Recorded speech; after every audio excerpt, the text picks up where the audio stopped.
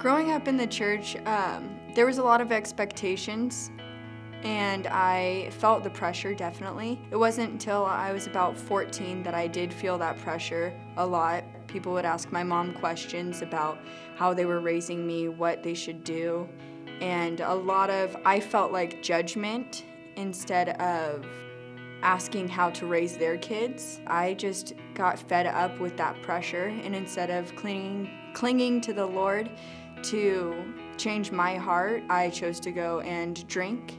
I started drinking with friends that were from my school. I went to a private school, and we all were trained on how to be fake because of the way that we chose to play the game. We weren't walking the walk, we were talking the walk, and we did it well.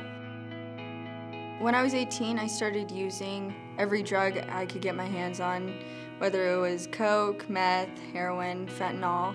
My ex-boyfriend's dad was never home, so we just tore up the house as easy as that. We were always there drinking, and we still went to church and still were making it look like we were doing the perfect thing, but we were really good at hiding and manipulating the situations. We both just felt like we couldn't be around each other unless we were high. The way that I was portraying love was to get him his next fix so he wasn't angry with me.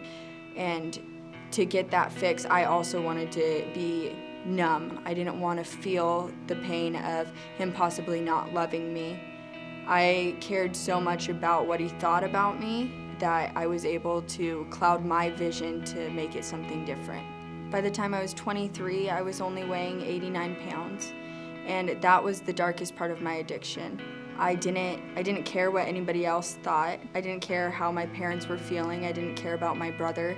All I cared about was me, and when I was gonna get my next fix. At the end of the year, my 23rd year, I realized that there was no way to get numb anymore. I couldn't fill that hole that was for Jesus, and I had been filling it with all the drugs and the alcohol I could imagine. The loneliness was impeccable. I was completely overcome by darkness. So I tried to end my life, and the Holy Spirit met me there and gave me the strength to stop and go get help. I went to my parents, and they suggested U-Turn for Christ. They said that they could help me, and it was a Christian-based program, and so I was all for that because those were my roots.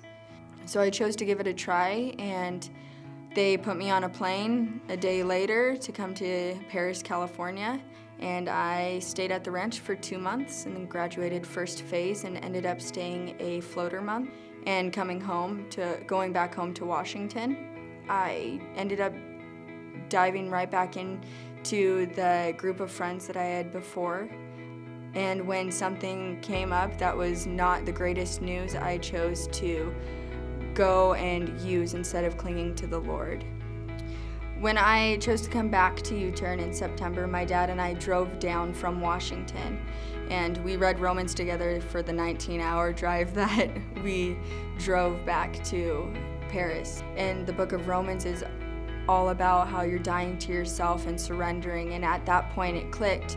Surrendering's a process. I'm not gonna get it all at once. I figured if I surrendered once that the Lord would just do whatever, and it wasn't a process. I had to do it daily. I have to surrender every single day and die to my flesh. And so the second time coming through U-Turn, the Lord showed me the story of the prodigal son in Luke 15. Basically the son taking everything that he possibly could, like his inheritance, his future, and taking it all and going and just spending it on nothing but scum.